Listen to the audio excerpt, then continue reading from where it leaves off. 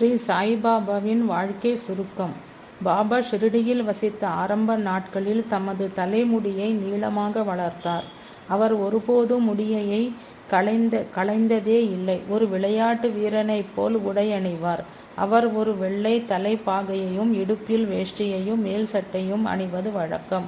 அவர் மிகவும் அமைதியான இயல்பு கொண்டவராயிருந்தார். எந்தவிதமான சுக சௌகரியங்களிலும் அவர் நாட்டம் கொள்ளவில்லை. தம்மை நாடி வருபவர்களிடம் அவர் ஒருபோதும் பணக்காரர் ஏழை என்ற பாகுபாடு காட்டியதே இல்லை.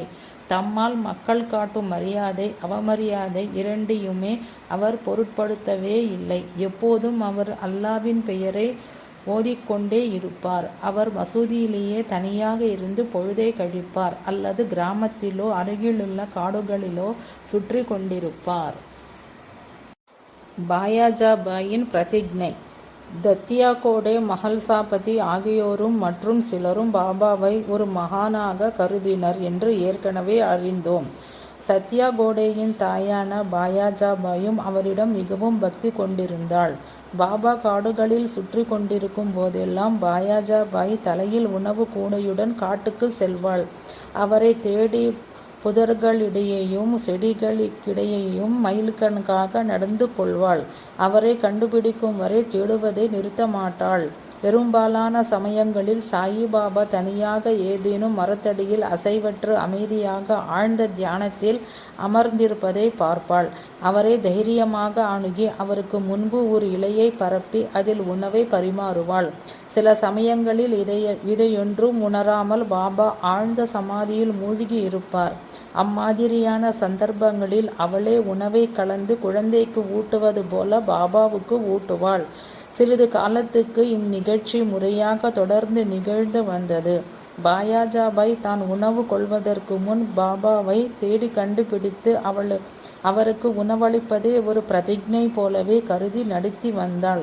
கொஞ்ச காலத்துக்கு பிறகு அவளிடம் கருணை கொண்டவரை போல் பாபா காடுகளில் திரிவதை நிறுத்திவிட்டு மசூதியிலேயே பெரும்பாலும் தங்க தொடங்கினார். ஆனால் அவள் அன்போடும் பக்தியோடும் புரிந்த பணிவிடைகளை அவர் தாம் உயிரோடு இருந்த காலம் வரை ஒருபோதும் மறக்கவே இல்லை. அவளை மிகுந்த அன்போடு நடத்தியது மட்டுமன்றி ஏதோ ஆழ்ந்த நன்றி கடனை தீர்ப்பது போல அவளது மகன் சத்யாகோடேயும் மேலும் தமது கருணையை சொரித்தார். மலர் தோட்டம். அவர் எப்பொழுதாவது ரஹதாவுக்கும் நீம்கானுக்கும் செல்வதுண்டு என்று நாம் ஏற்கனவே அறிந்துள்ளோம். ஒருமுறை ரஹதாவுக்கு சென்றபோது பலவிதமான மலர்களின் விதைகளை தம்முடன் கொண்டு வந்தார். கிராமத்தில் ஏதோ ஒரு பகுதி நிலத்தை பண்படுத்தி அவ்விதைகளை ஊன்றி முறையாக நீரூற்றி வந்தார். வாமனத்தையா என்ற பெயர் கொண்ட பக்தர் அவருக்கு நாள்தோறும் ஒரு ஜோடி சுடப்படாத மண்குண்டங்களை அளிப்பார். அருகிலுள்ள கிணற்றிலிருந்து நீர் இறைத்து மண்குடங்களில் சுமந்து செடிகளுக்கும் தாமே நீரூற்றுவார். மாலையில் அவர் மட்குடங்களை வேப்ப மரத்தடியில் வைத்தவுடன் அதிசயப்படும்படியாக உடனே அவை உடைந்து தூள் தூளாகிவிடும். மறுநாள் அவருக்கு வாமன் தத்யாவிடமிருந்து மற்றொரு ஜோடி புது குடங்கள் கிடைக்கும். இவ்வாறு சில காலம் கடந்து வர அங்கு அழகியதொரு மலர்த்தோட்டம் உருவெடுத்தது. இந்த முழு நிகழ்ச்சியை கற்பனை பண்ணி பார்க்கும்போது இயேசுவின் நடுபவனை பற்றிய உபகதை நினைவுக்கு வருகிறது. மேலும் வெறும் குக்கிராமமான ஷிரடி சத்தியவாய்ந்த புனித தலமாக உயர்த்தப்பட போவதையும் அவரை நாடி வரும் சாதாரண மக்கள் செழிப்பான ஆத்மீக பயிர்களாக விளைய போவதையும் குறிப்பிடும் அறிகுறியாகவும் தோன்றுகிறது. உண்மையில் பிற்காலத்தில் தமது ஆத்மீக பணியை விளக்க இந்த உருவகத்தை அவர் உபயோகிப்பது உண்டு. அவர் ஒருமுறை உபாசனி சாஸ்திரியிடம் இவரே பின்னால் சகோரியை சேர்ந்த ஸ்ரீ உபாசனி பாபா மகாராஜ் என்ற பெயரோடு பெரிய மகானாய் விளங்கினார். பல நூற்றாண்டுகள் வாழ்ந்து மக்களுக்கு அதிக பலனை அளிக்கும் மரங்களை நீ நட வேண்டும் என்றும் கூறினார்.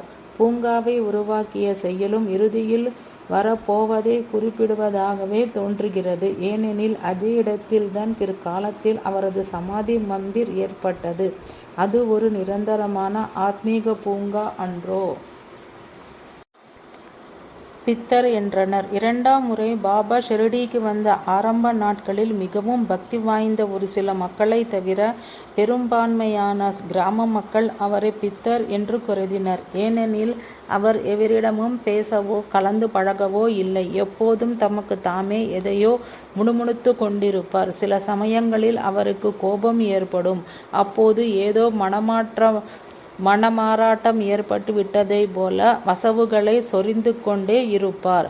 அவர் அறிவோடு இருக்கும்போது சாதாரணமாக இருப்பார். கிராமத்தில் தங்கியிருக்கும் சாது மகாத்மாக்களை அவர் சந்திப்பதுண்டு. சில மகாத்மாக்கள் பாபாவின் ஆத்மீக உயர்வை பற்றி நற்சான்று அளித்த பிறகே கிராமத்திலுள்ள மற்றும் பல மக்கள் அவரை கௌரவிக்க தொடங்கினர். மகான்களும் பாபாவும். உதாரணமாக, பாபா ஷிரடிக்கு வருவதற்கு 12 ஆண்டுகளுக்கு முன்பே 10 அல்லது 11 வயதுடைய தேவிதாஸ் என்ற சிறுவன் ஷிரடிக்கு வந்து மாருதியின் ஆலயத்தில் வசித்து வந்தான். தேவதாசுக்கு அழகிய அங்கலட்சணங்களும் ஒளி பொருந்திய கண்களும் அமைந்திருந்தன. அவன் ஞானியாகவும் வைராகியமே உருவெடுத்தவனாகவும் இருந்தான்.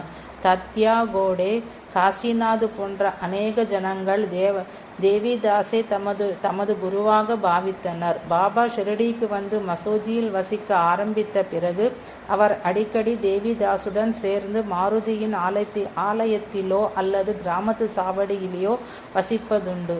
இந்த தேவிதாஸ் என்பவரே சாயிபாபாவை ஷிரடியிலேயே நிரந்தரமாக தங்க வைப்பதற்கு காரணமானார். பின்னர் ஜானகிதாஸ் என்ற பெயர் கொண்ட மற்றொரு மகான் ஷிரடிக்கு வந்தபோது அவரோடு பேசுவதில் பாபா தம் பொழுதில் பெரும் பகுதியை கழித்தார். பண்டாம்பே எனும் இடத்திலிருந்து கங்காகீர் என்ற பெயர் கொண்ட வைசியரும் கிரகஸ்தருமான மகான் ஒருவரும் அடிக்கடி ஷிரடிக்கு வருவார். கிணற்றிலிருந்து பூங்காவிற்கு தண்ணீரை மட்குடங்களில் சுமந்து சென்று கொண்டிருந்த பாபாவை முதலாக பார்த்தவுடனே அவர் தமது யோக திருஷ்டியால் அவரிடம் மறைந்திருக்கும் ஆத்மீக பிரகாசத்தை கண்டு அதனால் வியப்புற்றவராக இந்த ஷிரடி கிராமம் பேறு பெற்றது. இந்த சாணக்குவியலுக்கு அரிய மாணிக்கம் ஒன்று கிடைத்துள்ளது. இன்று தண்ணீர் சுமக்கும் இந்த மனிதர் சாதாரணமானவர் அல்லர். இந்த பூமி உண்மையிலேயே பேறு பெற்றதே என்று கூறினார். புகழ்பெற்ற ஸ்ரீ அக்கல்கோட்ட மகாராஜ் என்பவரின் சிஷியரான ஏவாலா மடத்தை சேர்ந்த ஆனந்த சுவாமி என்ற மற்றொரு புகழ்பெற்ற மகான் 1885ஆம் ஆண்டு ஷிரடிக்கு வந்தார். பாபாவை கண்டதும் அங்குள்ள மக்களிடம் அவர் சாதாரண மனிதரைப் போல தோன்றினாலும் அவர் ஒரு வைரமே, விரைவிலேயே இதை உணர்வீர்கள் என்றார். மறுப்போரும் மனமாற்றமும். ஏறக்குறைய இதே சமயத்தில் பாபாவின் வாழ்வில் ஒரு நிகழ்ச்சி ஏற்பட்டு அதன் விளைவாக அவரது போக்கில் பெரும் மாறுதல்கள் ஏற்பட்டன. ஷிரடியில் மொஹிதீன் தம்போலி என்ற பெயருடைய ஒரு மற்போர் வீரர் இருந்தார். அவர்களிருவருக்கும் ஒரு போட்டி ஏற்பட்டு சண்டையிட்ட போது பாபா தோற்கடிக்கப்பட்டார். அதிலிருந்து பாபா தமது ஆடை அணியும் முறையையும் வாழ்க்கை முறைகளையும் மாற்றிக்கொண்டார். அவர் ஒரு நீண்ட அங்கியை அணிந்து ஒரு சாக்கு துணியை தமது இருக்கையாகவும் படுக்கையாகவும் உபயோகித்தார். கிழிந்த துணிகளை உடுத்துவதிலேயே ஆனந்தமடைந்தார். செல்வ நிலையை காட்டிலும் இறந்து வாழும் தமது வறிய நிலையே பன்மடங்கு உயர்ந்தது என்று எப்போதும் கூறி வந்தார். ஏனெனில் அல்லாஹ் எப்போதும் ஏழைகளுக்கே நண்பனாயுள்ளார். யாராவது நம்மிடம் ஏதாவது கேட்டால் மட்டுமே பாபா பதிலளிப்பதற்காக பேசுவார். பகல் வேளைகளில் அவர் எப்போதும் மசூதியிலேயோ அல்லது வேப்ப மரத்தடியிலேயோ அல்லது கிராமத்து வெளியேயுள்ள நாவல் மரத்தடியிலேயோ அமர்ந்திருப்பார். பிற்பகல் நேரங்களில் அவர் நிம்காம் அல்லது ரஹாதாவை நோக்கி நடப்பார். நிம்கான் என்ற கிராமத்தில் திரையம்பக்ஜி தெங்காலே என்பவரிடம் அவர் செல்வார். பாபா ஒருமுறை அவரது சகோதரருக்கு தம் அருளால் குழந்தை பிறக்கும்படி செய்யவே அதிலிருந்து மக்கள் அவரது ஆசிக்காக சிறு கூட்டமாக வர தொடங்கினர். அவர் கால்களில் பூட்ஸுகளோ செருப்புகளோ அணியவில்லை. அவரது தலையை சுற்றி அணிந்திருக்கும் துணி இடது காதின் பின்புறமாக ஒன்றாக சுருட்டப்பட்டு தொங்கும். அது வாரக்கணக்காக துவைக்கப்படாமலே இருக்கும். மசூதியில் இவர் தமக்கு முன்னால் ஒரு நெருப்பு குண்டத்தை எப்போதும் எரியவிட்டபடி இருப்பார். இதுவே புகழ்பெற்ற துணியாகும். இந்த துணி இப்போதும் பாபா வைத்திருந்த அதே இடத்தில் சாயி சம்ஸ்தானத்தாரால் எரியவிடப்பட்டு வருகிறது. நாத உபாசனை. முன்பு பாபாவுக்கு மற்போரில் விருப்பம் இருந்ததைப் போலவே அவருக்கு பாட்டிலும் நாட்டியத்திலும் விருப்பம் உண்டு என்பது மற்றொரு சுவையான விஷயம். அவர் ஷிரடிக்கு வந்த ஆரம்ப நாட்களில் கிராமத்துக்கு வரும் முஸ்லிம் மதத்தினர் தங்கும் விடுதியாகிய தாகியாவுக்கும் இரவு வேளைகளில் செல்வார். அங்கு தங்கியுள்ள பக்தர்களோடும் பக்கீர்களோடும் தமது கால்களில் சலங்கை அணிந்து கொண்டு இனிமையாக பாடி நடனமாடுவார். அவர் பாடும் பாட்டுக்கள் அநேகமாக பெர்சிய மொழி அல்லது அரேபிய மொழியில் இருக்கும். உள்ளூர் ஜனங்களுக்கு அது புரியாது. சில சமயங்களில் கபீரின் புகழ் பெற்ற பாடல்களை பாடுவார். 1890ஆம் ஆண்டு வரை இது தொடர்ந்து நீடித்தது. பின்னர் அவர் தாம் பாடுவதை நிறுத்திவிட்ட போதிலும் பக்தி பாடல்களை ஆத்மீக முன்னேற்றத்திற்குரிய சாதனமாக கருதி அவற்றை விரும்பி வந்தார். கவ்வாலிகள், கீர்த்தனங்கள், 7 நாட்கள் இடைவிடாது இறைவானது பெருமையை பாடுதல், சப்தாகம் ஆகியவற்றை அவர் ஊக்குவித்து வந்த ஆர்வத்திலிருந்தே இது புலனாகிறது. பாபாவின் பெருமையை பற்றி பல மகான்கள் எடுத்து கூறியும் கூட அநேக ஜனங்கள் பாபாவிடம் வெறும் ஆர்வமும் போலி மரியாதையும் மட்டுமே காட்டினர். அவர்களது இதயத்தில் இன்னமும் சந்தேகம் இருந்தது. பார்ப்பதற்கு பைத்தியகாரத்தனம் போல தோன்றிய அவரது சினமும் வசவுகளும் அவரது மூளையில் ஏதோ கோளாறோ என்ற சந்தேகத்தை அவர்களிடம் எழுப்பின. அவர் நடத்தி காட்டிய ஓர் அதிசய நிகழ்ச்சி இறுதியாக அவர்களது சந்தேகங்களை ஒரேடியாக போக்கிவிட்டது. எண்ணெய் இல்லையா? உள்ளூர் கோயில்களிலும் மசூதியிலும் எண்ணெய் விளக்குகளை ஏற்றி அலங்கரிப்பதில் பாபா விருப்பம் கொண்டிருந்தார். இதற்காக அவர் மளிகை கடைக்காரர்களிடம் எண்ணெயை இறந்து வாங்கி சூரியன் மறைந்த பிறகு மண் அகல்களை ஏற்றி இரவு பூராவும் அவற்றை எரிய விடுவார். ஒரு முறை மளிகை கடைக்காரர்கள் அவருக்கு எண்ணெய் அளிப்பது வீண் என்று கருதினர். எனவே ஒரு நாள் அவர்கள் யாவரும் ஒன்று கூடி அந்த வழக்கத்தை நிறுத்திவிட வேண்டும் என்று தீர்மானித்து பாபாவிடம் எண்ணெய் இல்லை என்று கூறி அடுத்தபடி அவர் என்ன செய்ய போகிறார் என்று கவனித்தனர். வழக்கத்துக்கு மாறாக எதுவும் நடவாதது போலவே பாபா அமைதியாக மசூதிக்கு திரும்பினார். கிணற்றிலிருந்து நீர் இறைத்து எண்ணெய் டப்பாவில் சிறிது ஊற்றி அதை நன்கு கழுவி அதை ஒரே மடக்கில் விழுங்கினார். மீண்டும் டப்பாவில் நீர் நிரப்பி மசூதிக்கு திரும்பி மண் அகல்களில் அந்த நீரையூற்றி அவற்றை ஏற்றினார். அவரை துருவி பார்த்த ஏளனம் செய்ய வந்தவர்கள் வியப்புறுபடும்படியாக விளக்குகள் வழக்கம் போல எரிந்து இரவு முழுவதும் எரிந்து கொண்டே இருந்தன. பைத்தியக்கார பகீர் உண்மையில் எத்தகையவர் என்பதை உணர்ந்து கொண்ட அவ்வியாபாரிகள் பாபாவிடம் மன்னிப்பு கோரினர். பாபா ஒருபோதும் பொய் சொல்லாமல் உண்மையாகவும் கடவுளிடம் நம்பிக்கையோடும் இருக்குமாறு அவர்களுக்கு புத்திமதி கூறினார். தம் கருணையாகிய நீரையூற்றி அவர்களது இதயங்களில் பாபா ஏற்றிய நம்பிக்கை என்ற விளக்குகளால் அவர்களது அறியாமையாகிய இருட்டு விரட்டப்பட்டது. அவர்களது ஆத்மாவில் அவர் செய்து கொண்டிருந்த நுட்பமான செயலின் அறிகுறியே அவர் செய்த வெளிச்செயல் ஆகும். புகழ் முழுக்கம். பாபா நிகழ்த்திய இந்த அதிசய செயலை பற்றிய செய்தி கிராமத்திலும் அதன் சுற்றுப்புறங்களிலும் மின்னலென பரவ, பாபா தமது பக்தர்கள் மேல் கருணையை பொழிய போகிறார் என்று பறையறைவிப்பது போல அவரது புகழ் இடிமுழக்கமிட்டது. அது ஷிரடி கிராமத்தின் வரலாற்றில் ஒரு புது அத்தியாயத்துக்கும் பாபாவின் கருணையிலும் பாதுகாப்பிலும் மூழ்கி திளைக்கப் போகும் எண்ணற்ற பக்தர்களின் வாழ்வில் ஒரு புது அத்தியாயத்துக்கு ஒரு முன்னறிவிப்பு ஆகியது. தேசத்தின் எல்லா பாகங்களிலிருந்தும் வரும் பக்தர்களாலும் யாத்ரிகளாலும் இரவிலேயே ஷிரடியின் தெருக்கள் நிரம்பி வழியலாயின. பாபா வாழ்ந்த வகை. பாபா வந்து வசிக்க தொடங்கிய பின் மசூதி எப்படி தோற்றமளித்தது என்ற சுவையான விஷயத்தை காண்போம்.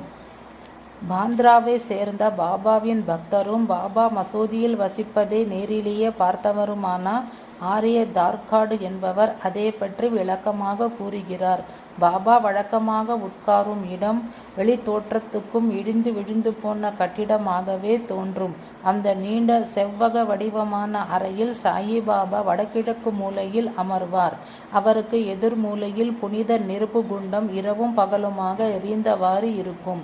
நெருப்பு குண்டத்தை அடுத்து மண்பானைகளில் பாபாவுக்கு குடிப்பதற்காகவும் நீராடுவதற்காகவும் நீர் நிரப்பி வைக்கப்பட்டிருக்கும். சுவரில் இருக்கும் மாடத்தில் புகைப்பிடிக்கும் குழாய்கள் பல வைக்கப்பட்டிருக்கும். பாபா அமரும் இடத்திற்கு அடுத்தபடி அவருக்கு வலது புறத்தில் 2 இயந்திரங்கள் இருக்கும். அங்கே பாபா எப்போதிலும் தானியம் அல்லது பயறு வகைகளை அரைப்பார். அங்கு ஒரு சாக்கு கோதுமையையும் ஒரு சாக்கு நாட்டு புகையிலையும் இருக்கும். இந்த புகையிலையை மண் குழாய்களில் போட்டு புகைப்பிடிப்பார்கள். குழாய் எல்லா பக்தர்களுக்கும் அளிக்கப்படும். பின்னர் பாபாவுக்கும் அதன் பின் மீண்டும் எல்லோருக்கும் என்றிவ்வாறு புகை குழாய் ஒருவரிடமிருந்து ஒருவருக்கு சென்று கொண்டே இருக்கும். மேற்கு சுவரில் முகமதிய மசூதிகளில் இருப்பது போன்ற மாடம் ஒன்று இருக்கும். இந்த மாடத்துக்கு எதிரில் அறையின் நடுப்பகுதியில் பாபா தாம் கிராமத்தில் சில வீடுகளிலிருந்து பிச்சை எடுத்த உணவு, மசூதிக்கு வருபவர்கள் அவருக்கு படைத்த உணவு இவற்றிலிருந்து ஒரு சிறிது உண்பார். இவ்வுணவுகளை கலந்து உயர்ந்த ஜாதியை சேர்ந்த இந்துக்கள், பிராமணர்கள், முகமதியர்கள், பாரசீர்கள் முதலிய பக்தர்களுக்கு தாமே விநியோகிப்பார். முகமதியர் ஒருவர் பாபாவை தரிசிப்பதற்காக மலர்கள், சர்க்கரை கட்டிகள், தேங்காய்கள் முதலியவற்றுடன் வந்து பாதியா முஸ்லிம்களின் பிரார்த்தனை ஓதும் போது அதில் பாபாவும் கலந்து கொள்வார். மலர்கள் மேலே கூறப்பட்ட நடுநாயகமான மாடத்தில் தொங்கவிடப்பட்டு சர்க்கரை கட்டிகளில் ஒரு பகுதி அங்குள்ள எல்லோருக்கும் விநியோகப்பட்டு வெளியே இருக்கும் கிராமத்து பையன்களுக்கும் விநியோகிக்கப்பட்டு ஒரு பகுதி வந்தவருக்கு பிரசாதமாக அளிக்கப்படும். தேங்காய்களும் உடைக்கப்பட்டு அவ்வாறு விநியோகிக்கப்படும். இவை யாவும் நடந்து கொண்டிருக்கையில் அங்கு அமர்ந்திருக்கும் இந்து பக்தர்கள் பாத்தியாவை பார்த்து கொண்டு இருப்பதோடு பின்னர் சர்க்கரை கட்டிகளையும் தேங்காய் துண்டுகளையும் மகிழ்ச்சியோடு பிரசாதமாக ஏற்றுக்கொள்வார்கள். துவாரகா மாயை. இந்து ஒருவர் சாய்பாபாவை இந்து கோயில்களில் செய்து வரும் எல்லா சடங்குகளோடும் வழிபடுவார். பாபாவின் நெற்றி, மார்பு, கை, கால்களுக்கு சந்தனம் பூசப்படும். குங்குமத்தோடு கூடிய அக்ஷதைகளும் அவருக்கு அளிக்கப்படும். அவரது திருவடிகள் கழுவப்பட்டு அந்த நீர் புனித நீராக பருகப்படும். இந்து கோயிலில் நடப்பதை போலவே நடுப்பகலில் எல்லாவித சடங்குகளோடும் முழுக்கங்களோடும் ஆர்த்தி செய்யப்படும். மணி அடிக்கப்படும். 5 சுடர்களோடு கூடிய விளக்குகளால் தீபாராதனை செய்யப்படும். கைத்தாளங்கள் அடிக்கப்படும். பெரும் மத்தளமும் அடிப்பார்கள். வெளி சுற்றுக்குள்ளே இருந்த பெரிய மணியின் நாதம் சுற்றிலும் பல மைல்களுக்கு சென்று எட்டும். ஆரத்தியையும் புனிதமான சமஸ்கிருத ஸ்லோகங்களையும் 100 கணக்கான பக்தர்கள் ஒன்றாக இசைந்து உச்சரிப்பார்கள். அங்கிருக்கும் முகமதியர்கள் யாவரும் இவற்றை எல்லாம் கண்டுகளித்து இந்து பக்தர்களால் விநியோகிக்கப்படும் பிரசாதத்தை தயக்கமின்றி ஏற்றுக்கொள்வார்கள். இந்த அதிசயமான இடம் துவாரகா மாயி என்ற சாயி பாபாவால் அழைக்கப்பட்டது. இந்த துவாரகா மாயில் காலடி எடுத்து வைப்பவர்களின் எதிர்காலம் வளமாயிருக்கும் என்று பாபா பன்முறை கூறியுள்ளார். இவ்வாறாக இந்த அற்புதமான இடம் புனித அக்னிகுண்டம் இருக்கும் காரணத்தால் மிக வைதீகமான இந்துவுக்கும் பார்சிக்கும் ஒரு கோயிலாக இருந்தது. மாடம் இருந்த காரணத்தால் அது முகமதியர்களுக்கு ஒரு மசூதியாகவும் விளங்கியது. பிரார்த்தனைகளை அறிவிக்கும் மணிகள் அளிக்கப்படுவதால் அது கிறிஸ்துவருக்கும் ஒரு சர்ச்சே ஆகும். எனவே இந்த ஒப்புமையற்ற இடத்தில் எல்லா முக்கியமான மதங்களும் ஒருங்கிணைக்கின்றன. ஒரே கடவுளை பொது வழிபாடு செய்யும் முறையானது அன்பான இணையற்ற முறையில் யாவருக்கும் போதிக்கப்படுகிறது. மேலும் சாதாரணமான கிரகஸ்தர்கள் தங்களது தினசரி வாழ்வில் மற்றவர்களுடைய கொள்கைகளையும் சடங்குகளையும் பொறுத்து கொண்டு வாழ வேண்டும் என்ற பாடம் தெளிவான பிழையற்ற முறையில் போதிக்கப்படுகிறது. மசூதிக்கு துவாரகாமாயி என்ற பாபா அளித்த பெயர் பாபா எந்த உண்மைக்காக உழைக்கிறாரோ அதையே காட்டுகிறது. கந்த புராணத்தில் இந்த சொல்லுக்கு பொருளாக 4 வருணத்தவர்களுக்கும் 4 வித வாழ்க்கை பயன்களான அறம், பொருள், இன்பம், வீடு ஆகியவற்றை பெறுவதற்காக எப்போதும் திறந்த கதவுகளுடைய இடம் என்று கூறப்படுகிறது. பாபாவின் மசூதி யாவருக்கும் திறந்தேயுள்ள காரணத்தால் அவர் கொடுத்துள்ள பெயர் மிகவும் பொருத்தமானதே. சாவடிக்கு மாறுதல். காலக்கிரமத்தில் பாபாவுக்கு தங்குவதற்கு சாவடி என்ற மற்றொரு இடம் கிடைத்தது. அது கிராமத்து பெரியோர்கள் கூடி பொது நலத்தை பற்றிய விஷயங்களை விவாதிப்பதற்காக ஏற்பட்ட கட்டிடம். ஒருமுறை பலத்த மழையின் போது மசூதி முழுதும் ஈரமாகி விட்டது. பாபாவும் அவரது பக்தர்களும் அமர்வதற்கு ஒரு சிறு உலர்ந்த பகுதி கூட இருக்கவில்லை. இப்போது போன்று அந்த நாட்களில் முன்னாலுள்ள முற்றத்துக்கும் கூரை கிடையாது என்பதை நினைவில் கொள்வோமானால் அப்போது நிலைமை எப்படி இருந்திருக்கும் என்று அறிந்து கொள்ளலாம். தரையிலும் கற்கள் பதித்திருக்கவில்லை. அது ஒரு மண் கட்டிடம். அதன் தரை அவ்வப்போது பசுஞ்சாணியினால் மெழுகப்படும், அவ்வளவே. அன்று நாராயண தேலி என்பவர் மழைக்கு பாதுகாப்பான சாவடிக்கு எல்லோரும் போகலாம் என்று பாபாவிடம் கூறினார். பாபா தமது வழக்கப்படி தாம் போக மறுத்து தமது பக்தர்கள் யாவரும் அங்கே போகலாம் என்று கூறினார். பக்தர்கள் அவரை விடாப்பிடியாக வற்புறுத்தி இறுதியில் துணிந்து அவரது கைகளை பற்றி கொண்டு எப்படியோ ஒரு வழியாக அவரை சாவடிக்கு கொண்டு வந்து சேர்த்தனர். ஒருமுறை அங்கு தூங்கியதும் சாவடியில் இரவை கழிப்பதே ஒரு விதியாகவே ஆக்கி கொண்டு விட்டார்.